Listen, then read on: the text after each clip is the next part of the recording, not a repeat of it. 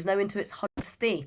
British intelligence suggests that Russia is achieving tactical success in the Donbass region, with Moscow now controlling 90% of the Luhansk Oblast. The MOD believe Russia could take over the region completely within weeks. Well, we can speak to Ina Sovsun, who's a Ukrainian MP and the deputy head of the Holos party. Thank you so much for joining us, Ina. First of all, the last 100 days, what has it been like for you looking at what's happening in your country? Well, certainly today is the day that we all reflecting upon the past 100 days. And truth be told, my major thinking is this: I wish I never lived through those 100 days. I wish I had my life back, and I wish, well, of course, we didn't suffer all those casualties and damages that we did. It feels like we lost the whole spring. We didn't have spring because of that. We are not going to have summer apparently either, because all we have is just reports of the war taking place in our country. So it's just it's heartbreaking to think of the time lost for all of us, but then even more so of the lives lost for those who were defending us, but then also civilian casualties, of course. Well, overnight, the news reached us here in the UK of President Zelensky's assessment that Russia now controls around 20% of your country. How confident are you that your military can push that back and make that number smaller? I think the major question here is time. When will we do that? Because we don't really have a choice, because that is our territory and we need to ensure our security and the basic defense of our territory, but then also of our people. So we will have to do that. But I wish we do that sooner rather than later, because the long-term occupation leaves the scars that need to be healed for years after that.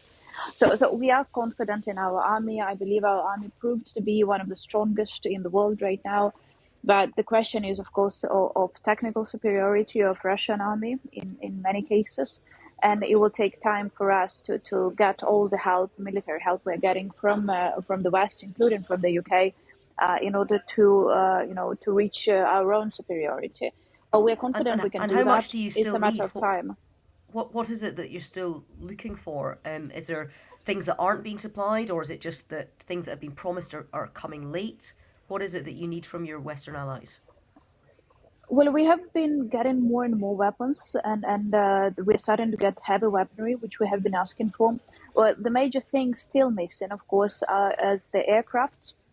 We are still not getting the fighter jets, which we very much need in order to get superiority in the sky, because Russians do not control the sky, but they present a significant threat from the sky to us. And jets are out of question as of right now.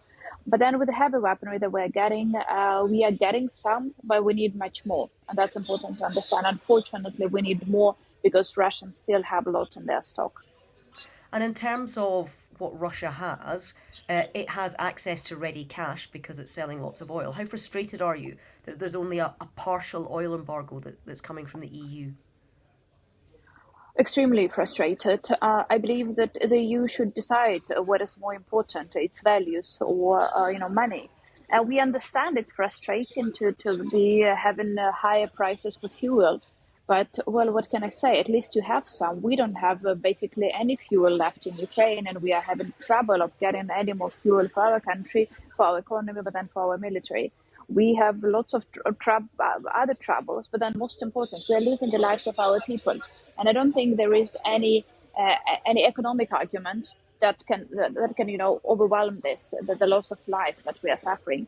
So of course we're extremely frustrated that these are only partial measures, and that apparently many countries are trying to put a price on the lives of our people. So we hope that they will realize that they will need to introduce those sooner, and will do that after all the full-scale embargo against Russia. Thank you very much for speaking with us today. Ina Sovsun there, who's Ukrainian MP, deputy head of the Holos party.